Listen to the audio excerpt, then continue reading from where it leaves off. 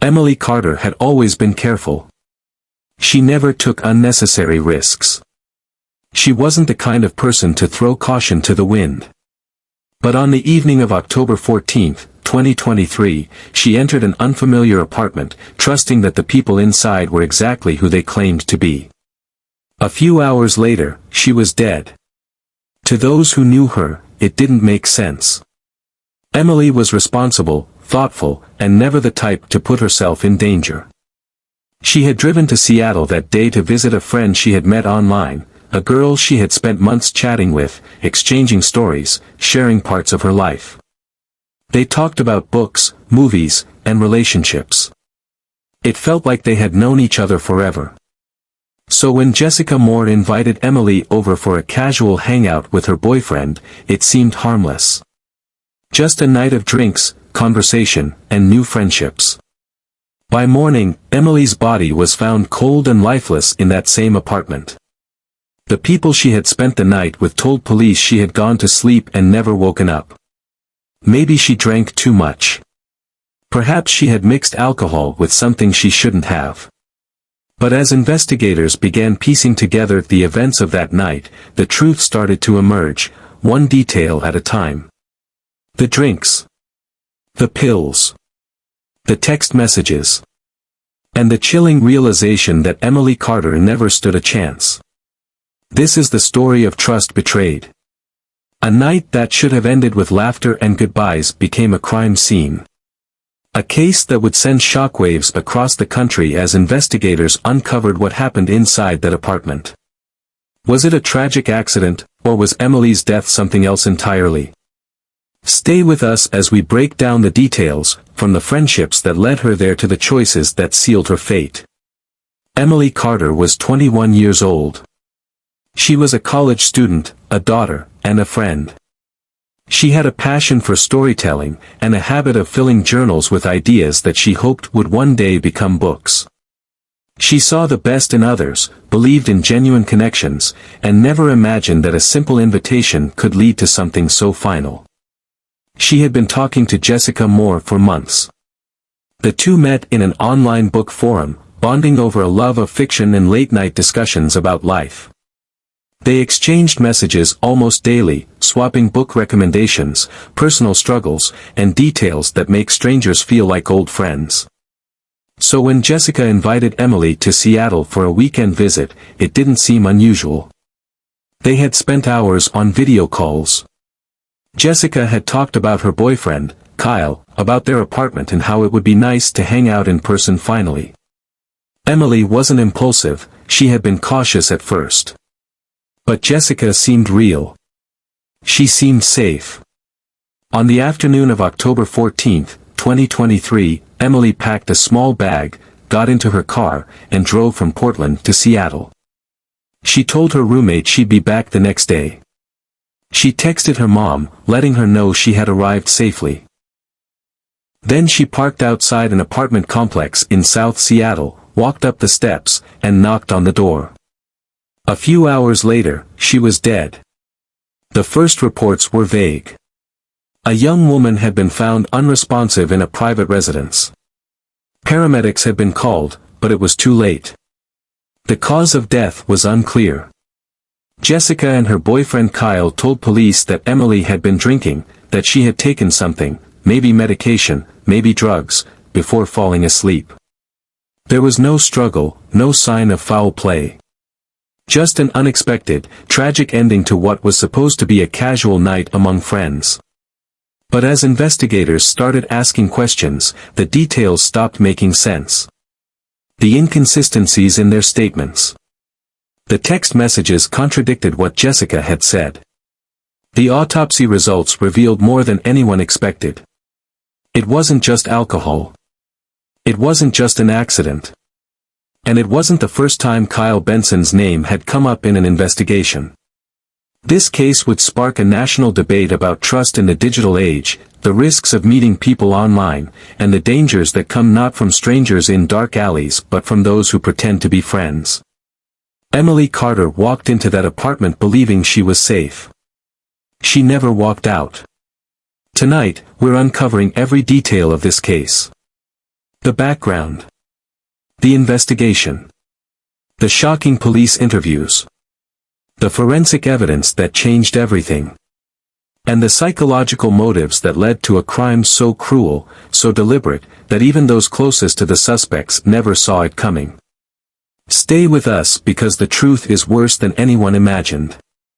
Emily Carter was the youngest of 3 siblings in Portland, Oregon. She could spend hours lost in a book, writing short stories in the margins of her notebooks, always dreaming of the day she would publish a novel. Her mother described her as the heart of the family, empathetic, fiercely loyal, and endlessly curious about the world. She had been a straight-A student throughout high school, balancing academics with a deep love for creative writing. Her professors at Seattle University saw something rare in her work, an ability to craft vivid, emotional stories that felt real. She had a natural gift for understanding people and capturing the small moments in life that others overlooked. This same openness made her trust easily, believing that most people had good intentions. Emily had always been careful. She wasn't the kind to rush into situations blindly. But like many in her generation, she had formed friendships online, finding comfort in shared interests and late-night conversations with people who seemed to understand her. That was how she met Jessica Moore. The two connected in an online book club, bonding over their love of psychological thrillers and true crime novels. They talked about everything: writing, relationships, their plans for the future. Emily wasn't naive. She knew not everyone online was who they claimed to be.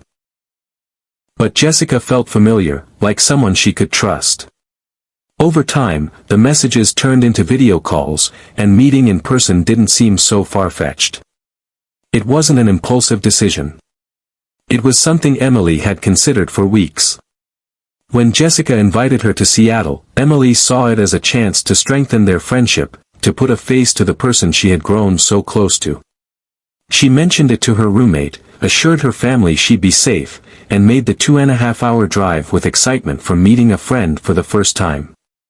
She did not know that the people waiting for her had their plans. Jessica Moore was 22 years old, living in Seattle, and working part-time at a coffee shop. To most people, she seemed friendly and outgoing, the kind of person who made friends quickly. But those who knew her well described her differently, someone who struggled with self-worth and latched onto people rapidly, especially in relationships. She had a history of making fast friendships online, forming intense bonds with people she barely knew. Sometimes, those friendships lasted. Other times, they ended abruptly, often in arguments or misunderstandings. Jessica craved connection but also had a habit of getting caught up in relationships that weren't always healthy. Her most recent relationship was with Kyle Benson, a 24-year-old with a reputation that followed him. He had been in and out of trouble since high school: small drug charges, bar fights, a few restraining orders from past girlfriends, but Jessica stayed. She always had a reason, an excuse for his behavior. She told friends Kyle was misunderstood and that he was different when alone. When Emily visited, Jessica had been with Kyle for nearly a year. Their relationship was volatile, marked by jealousy, control, and constant arguments, but Jessica never left. She did what Kyle wanted, even when it made her uncomfortable. And on the night Emily arrived, Kyle had an idea. Kyle Benson had been trouble for as long as anyone could remember. He had never held a steady job and never had much direction in life beyond partying and getting what he wanted, no matter the cost. Those who knew him growing up described him as charming, but in a way that felt calculated. He knew how to manipulate people and get them to do what he wanted. He could be funny, charismatic, even generous, until things didn't go his way. Then, the temper would show. By 24, Kyle had a record.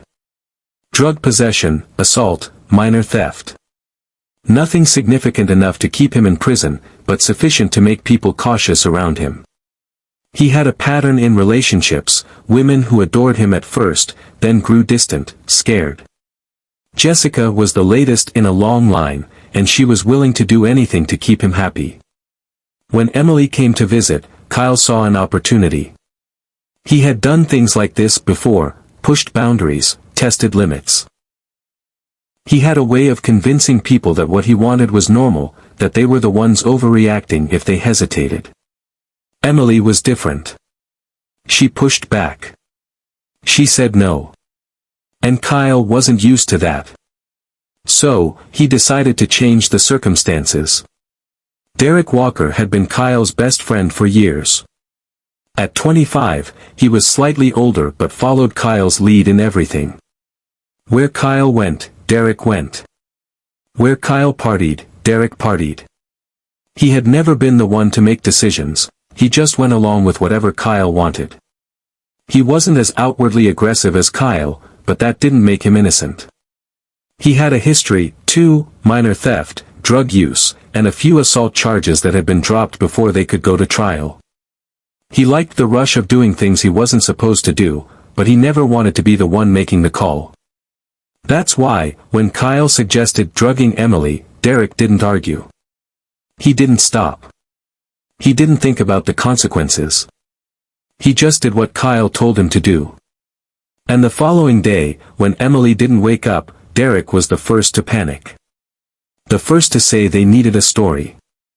The first to realize that what they had done wasn't just a bad decision, it was something they couldn't take back. But by then, it was too late. Emily Carter had been looking forward to this weekend for weeks. She had spent so much time talking to Jessica Moore online that it felt like they had known each other forever. But there was still a nervous excitement as she pulled into the apartment complex in South Seattle. Meeting an online friend in real life was always a mix of anticipation and uncertainty. She parked her car, checked her phone for the address, and approached the door. Jessica greeted her with a hug. She seemed just as friendly and talkative in person as she did online. They laughed about how surreal it was to meet finally. Emily had expected a quiet night of catching up, maybe some drinks and a few stories exchanged in person instead of through a screen. But Jessica had another idea. She invited Emily to Kyle's place instead. It was just down the road, she explained. More space. More comfortable. Just a few friends hanging out. Jessica's boyfriend, Kyle, was already there with his friend Derek. They had drinks.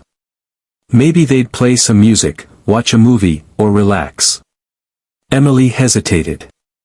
She wasn't expecting to meet new people tonight. But Jessica reassured her. They're cool, she said. It'll be fun. Emily agreed. When they arrived at Kyle's apartment, the atmosphere was immediately different. The place was dimly lit, the air thick with the smell of alcohol and something else, stale smoke, sweat. Kyle was on the couch, a drink already in his hand. Derek was beside him, watching Emily with an expression she couldn't quite read.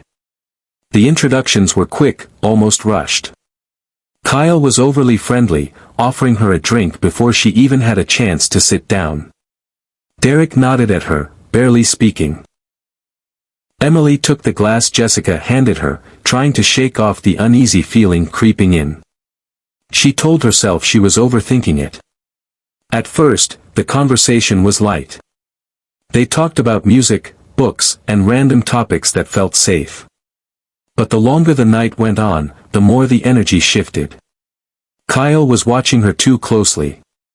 Derek barely said a word but kept looking in her direction. The drinks kept coming. Emily wasn't much of a drinker, but Jessica urged her to relax, to enjoy herself.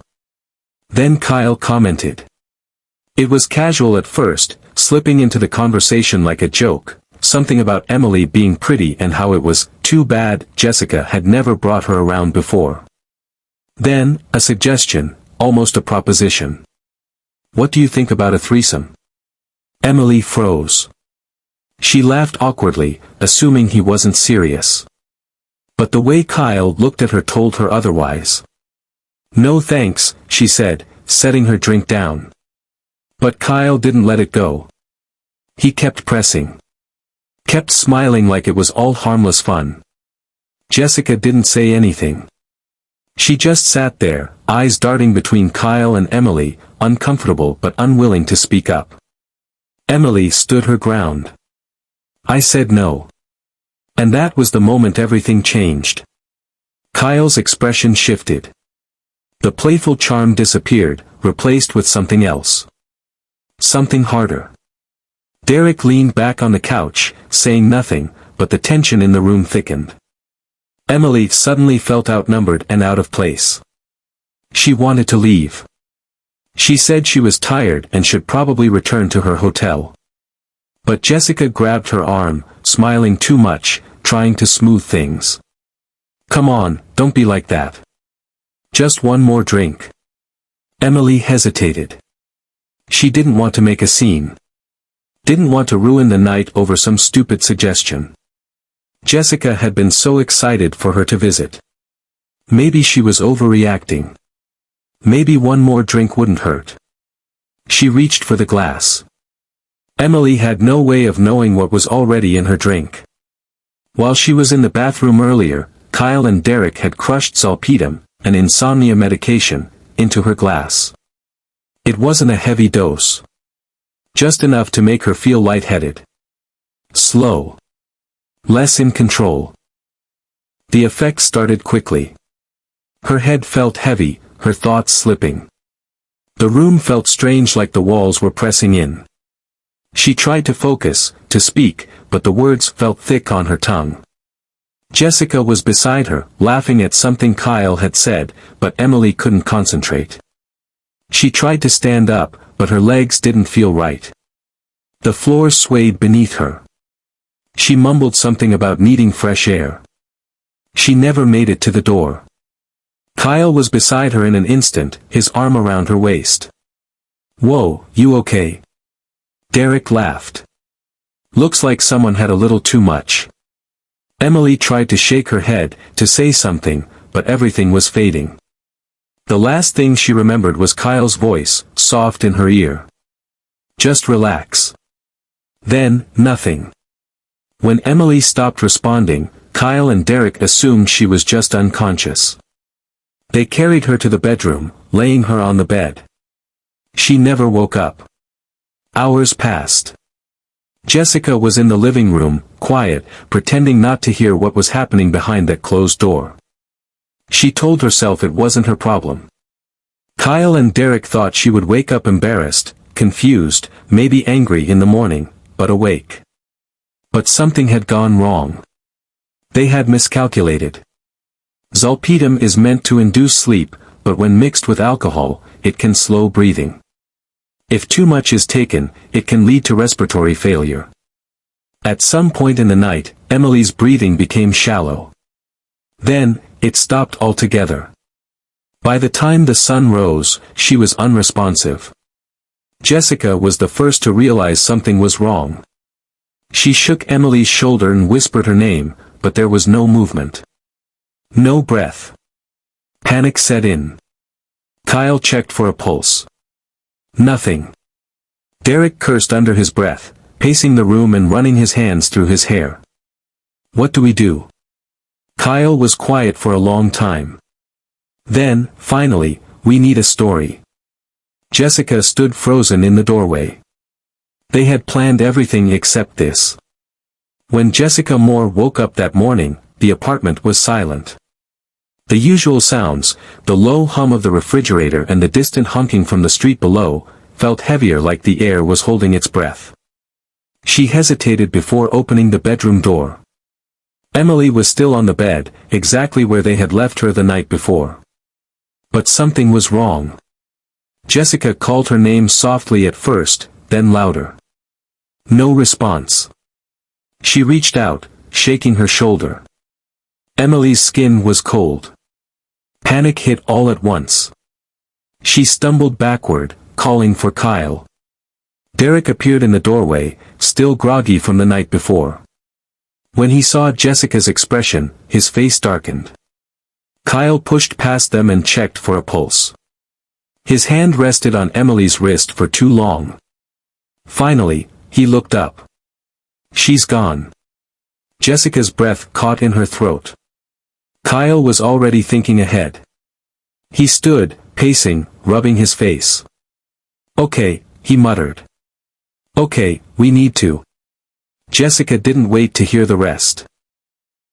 She grabbed her phone and dialed 911. When the paramedics arrived, Kyle tried to play it off. She must have had too much to drink, he told them.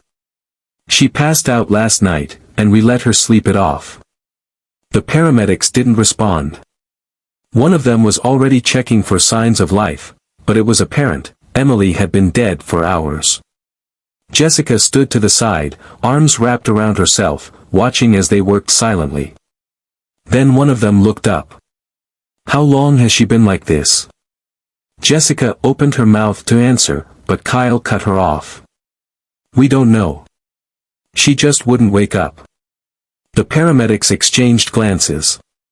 One reached for his radio. Unattended death at the scene, he said. Requesting law enforcement. The room seemed to close in around them. Emily's body was taken to the medical examiner's office, and the initial findings told a different story from what Kyle and Derek had claimed. The toxicology report came back first. The alcohol in her system wasn't enough to be fatal, but the level of Zolpidem was alarmingly high. It was clear this wasn't just drinking, she had been drugged. Then came the physical evidence. Bruises. Injuries that didn't match the narrative of just passing out. The forensic team also retrieved security footage from the apartment complex. The grainy video showed Emily arriving with Jessica, smiling, carrying a small bag over her shoulder. Hours later, the same camera captured a different image, Emily, unsteady on her feet, her head drooping as Kyle and Derek guided her inside. She never walked out. The moment Kyle, Derek, and Jessica were brought in for questioning, their stories started to unravel. Kyle went first. He leaned back in his chair, arms crossed, trying to act indifferent. She drank too much, he repeated as if saying it enough times would make it accurate. We thought she was fine. We didn't think we needed to check on her. But the detective across from him wasn't buying it. Then why did she have Zolpidem in her system? Kyle hesitated, just for a second. But it was enough. Derek, on the other hand, wasn't as composed. He fidgeted and shifted in his chair, his eyes darting to the door as if he was already thinking about how to get out of this. When the detective slid a copy of the toxicology report across the table, Derek swallowed hard. We know she was drugged, the detective said. We also know she didn't take it herself. So I'm going to ask you again, what happened that night? Derek glanced at the paper. Then, at the detective. Then, at his own hands. And that's when he cracked. It was Kyle's idea, he blurted. We just wanted her to loosen up. That's all. But the detective wasn't finished. You knew what was happening, and you did nothing to stop it. Derek's head dropped. He had no answer for that. Jessica was questioned last. She had been pacing in the holding room for over an hour before they brought her in. Unlike Kyle and Derek, she didn't try to argue. She just looked tired. You knew, the detective said. You knew what they were planning. Jessica didn't respond. Why didn't you do anything? A long silence stretched between them. Finally, in a voice barely above a whisper, she answered. I didn't think it would go this far. Kyle Benson had always seen himself as untouchable. He was the kind of man who thrived on control, over situations, people, and women. In his mind, dominance wasn't just an instinct but a necessity. Kyle's behavior had always hinted at something more profound to those who knew him. Friends had seen how he treated past girlfriends, possessive, unpredictable, quick to anger when things didn't go his way. But he had a charm, a way of making his actions seem less concerning than they were. He called it confidence. Others saw it as intimidation. That night, when Emily refused his suggestion, something inside him shifted. He wasn't used to hearing the word no. He saw her refusal not as a personal boundary but as a challenge. He wouldn't let her leave that apartment, thinking she had the upper hand. He had done this before, giving women enough to lower their guard. A little alcohol, a little persuasion. But Emily was different. She wasn't playing into his game, and that frustrated him. So he decided to take away her choice. In Kyle's mind, the plan was simple. A small dose of Zolpidem would make her more compliant. She wouldn't fight back, wouldn't resist. And by the following day, she wouldn't remember a thing. What he hadn't accounted for was the risk. He knew Zolpidem could make someone disoriented, but he didn't think it could kill her. He didn't know how much was too much. Or maybe he didn't care. What mattered to Kyle was control. He wanted to prove that he could have whatever he wanted, whenever he wanted. He wanted power over Emily. And in his arrogance, he believed he could get away with it. Derek Walker had never been a leader. He followed, observed, and listened when Kyle spoke. Derek had always admired Kyle's confidence, way with women, and reckless, unbothered attitude. Kyle was the kind of guy who didn't hesitate. And Derek wanted to be like that. When Kyle suggested drugging Emily, Derek didn't question it. Not really. He told himself it wasn't a big deal. It was to loosen her up. What Derek didn't fully grasp was the power of what they were using. He didn't know that mixing high doses of Zolpidem with alcohol could slow breathing to a fatal level. He didn't realize that a few extra milligrams could mean the difference between sedation and death. By the time he did, it was too late. When Emily started slipping into unconsciousness, he hesitated. He watched her breathing slowly, watched the way her body went limp. A part of him, deep down, felt something close to fear. But Kyle reassured him. "She'll be fine," Kyle had said, waving it off. So Derek convinced himself that Kyle was right. And that decision, that moment of blind loyalty, sealed Emily's fate. Jessica Moore had always wanted to be wanted. She met Kyle at a party months before Emily entered the picture. He was charismatic and confident, and for the first time in a long time, she felt like she was the center of someone's attention. But the closer she got to Kyle, the more she saw parts of him that unsettled her. The way he talked about past relationships, the way he dismissed women who didn't do what he wanted. She ignored the red flags. When Emily came into the picture, Jessica felt a shift. Kyle was interested in someone else, even if only for a night. And that bothered her. But more than that, she wanted to stay in his good graces. So when Kyle suggested bringing Emily over, Jessica didn't question it. When she saw the way Kyle and Derek were acting, she told herself it was just harmless fun. When Emily began to look drowsy, struggling to keep her eyes open, Jessica hesitated. A small voice in her mind told her something wasn't right, but she silenced it. She wanted Kyle's approval. She didn't want to be the one who ruined the night. So she did nothing. Later, when Emily didn't wake up, Jessica felt the weight of her choices settle in. She hadn't put the drug in Emily's drink, but she had stood by and let it happen. She had ignored the warning signs. And now, there was no undoing it. When the arrest warrants were issued, Kyle Benson, Derek Walker, and Jessica Moore were no longer just names in an investigation. They were now defendants in a case that had already captured national attention. Kyle was first taken into custody. He was found at a friend's house, trying to act like nothing had happened.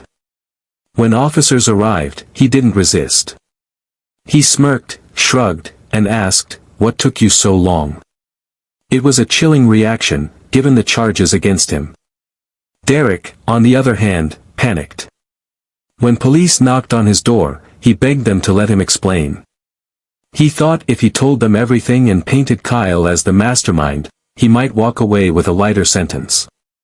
Jessica was the last to be arrested. Unlike the others, she broke down the moment the handcuffs were placed around her wrists. She sobbed as officers led her to the patrol car, repeating over and over, "I didn't do anything. I didn't do anything." But in the eyes of the law, standing by and allowing a crime to happen was its kind of guilt. When the trial began, prosecutors wasted no time laying out the facts. Kyle Benson was charged with first-degree murder, sexual assault, and tampering with evidence. The prosecution argued that he had planned the attack, drugged Emily without her knowledge, and assaulted her while she was unconscious. The overdose, they said, was not an accident, it was the result of reckless disregard for human life. Derek Walker faced manslaughter, assault, and drugging with intent. The prosecution painted him as an accomplice who knew precisely what was happening but failed to stop. While he didn't plan the crime, he participated, making him culpable. Jessica Moore was charged as an accessory to a crime and for failure to report a felony. She hadn't drugged Emily, she hadn't assaulted her, but she had been there. She had watched.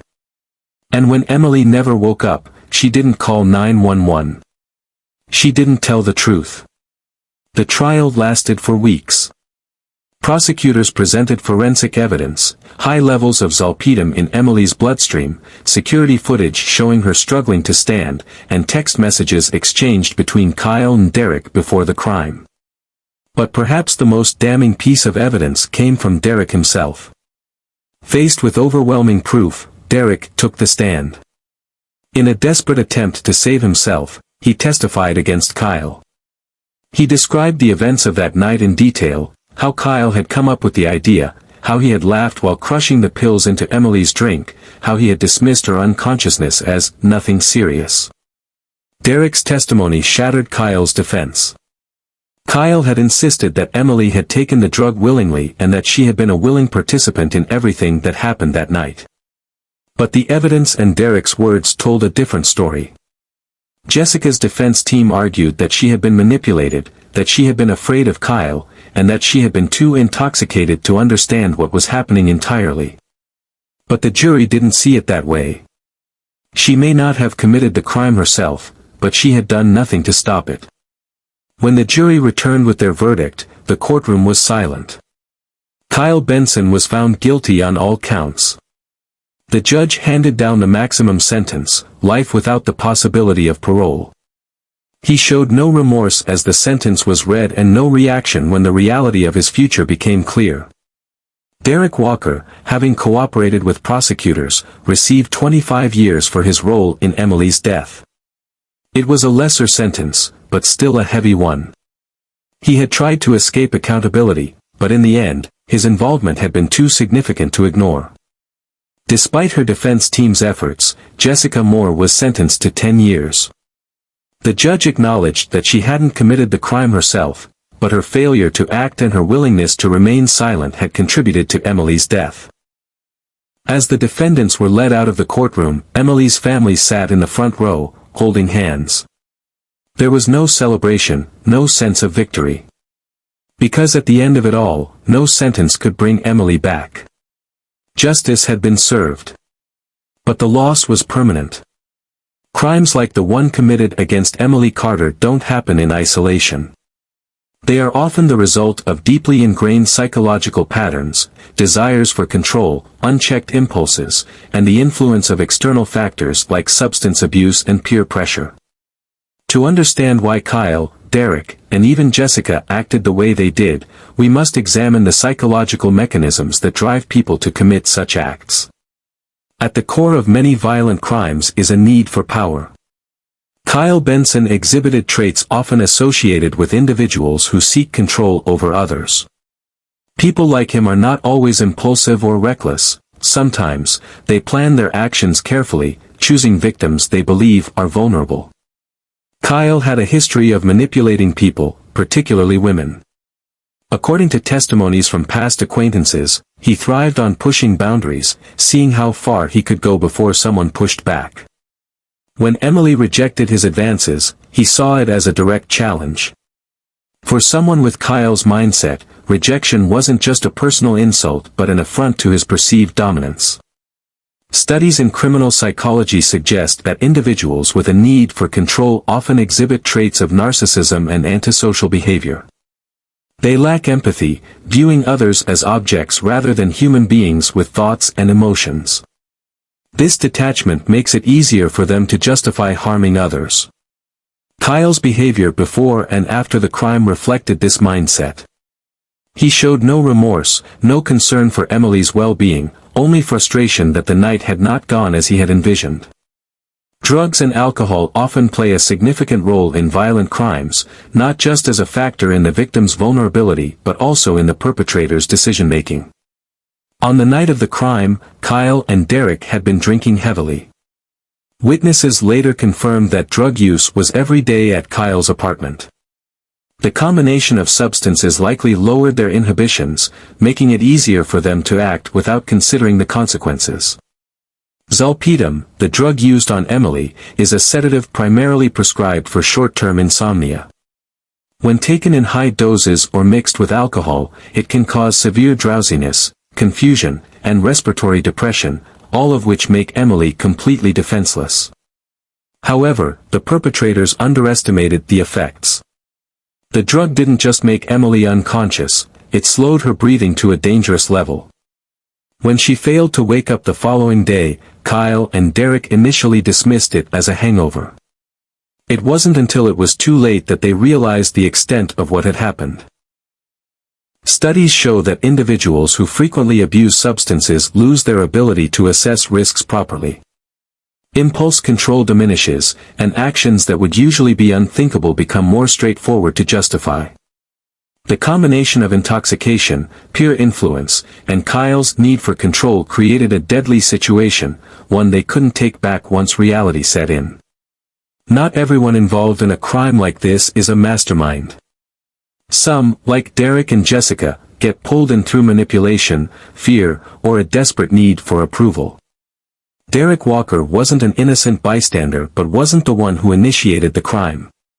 Psychological studies suggest that individuals with low self-esteem or a strong desire for social acceptance are more likely to go along with harmful actions if they believe it will strengthen their bond with a dominant figure. Derek saw Kyle as a leader. He wanted his approval, and when Kyle proposed the plan, Derek didn't resist. Instead of questioning whether it was wrong, he convinced himself it was just a reckless night, not a serious crime. Jessica Moore's involvement was different. While she didn't actively harm Emily, she knew what was happening and did nothing to stop it. Research into bystander behavior reveals that many people fail to intervene in a crime not because they support it but because they fear the consequences of speaking out. Jessica had been in a relationship with Kyle for months. She had seen his temper and how he reacted when challenged. In her mind, staying silent was safer than getting involved.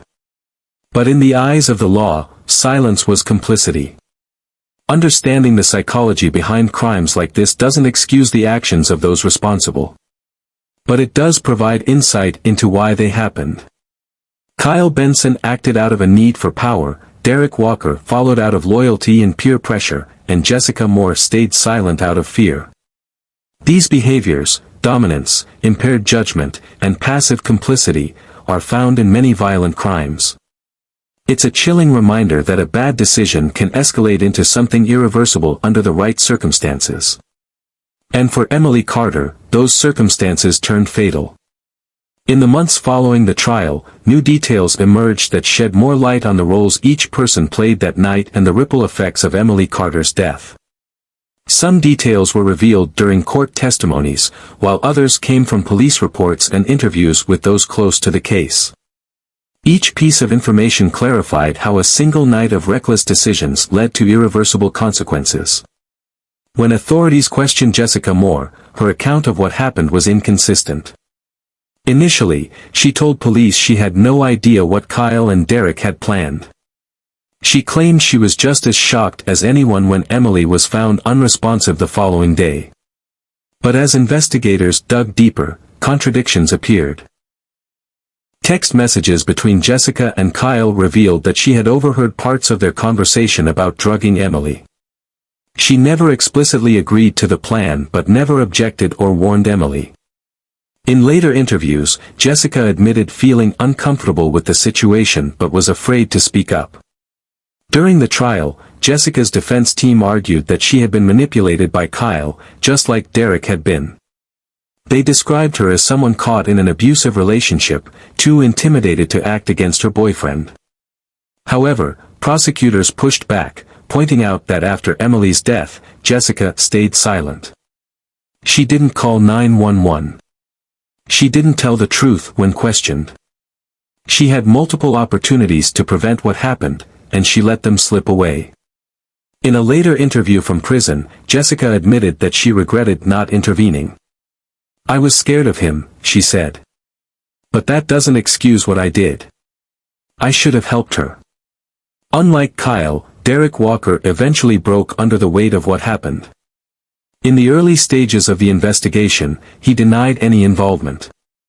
He stuck to Kyle's story that Emily had just drunk too much and that no one had done anything to her. But the forensic evidence told a different story. The amount of Zolpidem in Emily's system was far higher than what would have been considered a regular dose. Investigators found traces of the crushed pills on the kitchen counter and in an empty glass near where Emily had been sitting. Faced with overwhelming evidence, Derek eventually changed his story. In a recorded police interview, he admitted that Kyle had convinced him to participate in the plan. He claimed he didn't think the drug would kill Emily, just make her more compliant. He described how Kyle pressured him, calling him weak when he hesitated. Derek's confession was a turning point in the case. His testimony helped prosecutors secure Kyle's conviction, and in return, he received a reduced sentence. He apologized to Emily's family in court, saying, "I'll regret what I did for the rest of my life." In the wake of their daughter's death, Emily's parents, Mark and Susan Carter, turned their grief into action. They started a campaign to raise awareness about online safety, warning young people about the dangers of meeting strangers without proper precautions. Through public speaking events and social media outreach, the Carters worked to educate parents and young adults about the risks of trusting people they barely knew. They partnered with lawmakers to advocate for stricter laws on drug-facilitated crimes, arguing that existing penalties were not substantial enough to deter offenders. Their efforts led to the introduction of a new bill in Washington state aimed at increasing sentencing guidelines for crimes involving sedative drugs. The bill, informally named Emily's Law, sought to classify drugging someone without their consent as a more severe offense, even if no physical harm occurred. Though nothing could bring their daughter back, the Carters hoped that by sharing Emily's story, they could prevent similar tragedies from happening in the future. "If we can save even one life," Susan Carter said in an interview, "then Emily's death won't have been in vain." Every case leaves behind unanswered questions, and Emily's was no different. What if Jessica had spoken up? What if Derek had refused to go along with Kyle's plan? What if Emily had never trusted the wrong person? The choices that night, some fueled by fear, others by selfishness, ended a promising life and changed the course of several others. Emily Carter was just 21 years old, with dreams of becoming a writer and a future that should have been full of possibilities. Instead, her story serves as a warning. A reminder that trust can be dangerous, that bad decisions can have permanent consequences, and that justice, no matter how swift, can never undo what has already been done. Emily Carter's story is more than just a tragedy, it's a cautionary tale. A reminder that trust, once given, cannot always be taken back. The people we meet online are not always who they seem to be. And that one night, one decision can change the course of a life forever. She was 21 years old. A college student with big dreams, a bright future, and a passion for storytelling. She had no reason to believe that meeting a friend would lead to anything other than a fun night out. She had no idea that the people she was with were not friends at all but predators waiting for the right moment. The choices made that night, the ones that took Emily's life, were fueled by selfishness, entitlement, and a complete disregard for human life. Kyle Benson saw Emily as nothing more than an object, someone to be controlled. Derek Walker followed along, too weak to stand up for what was right. And Jessica Moore, who could have made a difference, who could have spoken up, did nothing until it was too late. The justice system did its job. The perpetrators are behind bars, serving sentences to keep them from harming anyone else. But does that bring true justice? Does it make up for the life that was stolen? Emily's family will never see her graduate, read the novel she dreamed of writing, or hear her laugh again. The weight of that loss is something no court ruling can undo. But there is something we can do. We can learn from Emily's story. We can teach our loved ones about the dangers of blind trust, the warning signs of manipulation, and the importance of speaking up when something feels wrong. We can create conversations that could save lives. If you take one thing away from this case, let it be this: trust your instincts. If a situation feels off, it probably is. If someone pushes your boundaries, don't be afraid to say no. And if you or someone you know is in danger, don't stay silent, speak up. You never know when one decision, one call, or one conversation could be the thing that makes all the difference. What do you think about this case? Could Emily's fate have been avoided? Let's talk in the comments. If you want deeper dives into cases like this that make us think, question, and make us aware, don't forget to like, share, and subscribe. Stay safe, trust your gut, and I'll see you in the next one.